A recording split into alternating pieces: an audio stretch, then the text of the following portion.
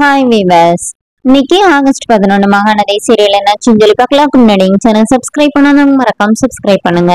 இன்னைக்கு என்ன அப்படின்னு சொல்லி பாத்தீங்கன்னா, இங்க வந்து காவேரி, பாட்டி, குமரன் இவங்க எல்லாரும் வந்து இங்க கொடைக்கானலுக்கு வந்துட்டு இருக்கிறாங்க. சாரதா வந்து வீட்டுக்கு வெளியில உட்காந்துருக்காங்க. அவங்க என்ன சொல்றாங்கன்னா, இந்த மாதிரி நீ இங்க இருந்து போற வரைக்கும் நான் எங்க வீட்டுக்குள்ள போற வரைக்கும் நான் இங்கே தான் உட்காந்துருப்பேன். என்ன தங்கச்சி நீ இப்படி சாப்பிடாம உட்காந்துருக்க, நீ கல்யாண வீட்டுக்கு தானே வந்த, இப்ப கூட சோறு போடுவாங்க போய் சாப்பிட்டு வா அப்படிங்கிற மாதிரி பசுபதி சொல்லிட்டு இருக்கிறாரு.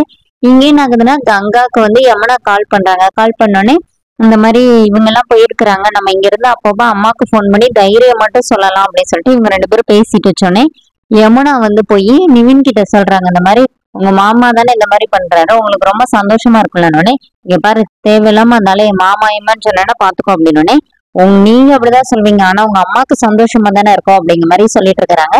இங்க சாரதா உட்காந்து பசுபதியை வந்து திட்டிட்டு இருக்கிறாங்க. இந்த மாதிரி நீ என்ன திருந்தவே மாட்டியா, உன்னை என்னெல்லாம் சொல்லி திட்டியாச்சு, ஆனா நீ ஏன் இப்ப பண்ணிட்டு இருக்க அப்படின்னோடனே, இவ பசுபதி வந்து இங்க பாருமா, உன் புருஷன் தான் என்கிட்ட 10 லட்ச ரூபா கடன் வாங்கியிருக்கிறாரு, டாக்குமெண்ட் பக்காவா இருக்கு, நீ வேணா பாரு அப்படின்னு சொல்லிட்டு இருக்கும்போதே இவங்க எல்லாரும் வந்துடுறாங்க. காவேரி எல்லாருமே வந்தோடனே, அட இந்த உன் சின்ன பெண் வந்துட்டானோடனே, இதுவா பெண் இல்ல சிறுத்தைன்னு சொல்லணும், ஏன்னா பாரு காலையில கிளம்பி இவ்வளவு சீக்கிரம் வந்துட்டா அப்படின்னு. இப்ப காவேரி போய் பசுபதி பக்கத்துல போய் நின்னோடனே பசுபதி வந்து அந்த டாக்குமெண்ட்டை காட்டுறாரு. அப்ப குமரன் வந்து அதை இங்க தான் சொல்லி பார்த்துட்டு, இது பெரிய டாக்குமெண்ட், நீ இவ்வளவு பெரிய வீடை எழுதி வாங்க வந்துட்ட, போடா வெளியில அப்படி சொல்லிட்டு பசுபதிக்கு வர கையில அடிபட்டு இருக்குல்ல, பயங்கரமா சண்டையாகுது. அதுக்குள்ள போலீஸ் வந்துடுறாங்க பக்கத்துல உள்ளவங்க எல்லாம் சொல்லி.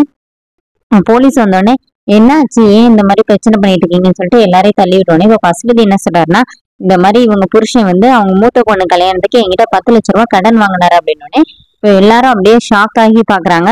அதோட என்னோட எபிசோட் ரன் பண்ணிருக்காங்க. தேங்க்யூ.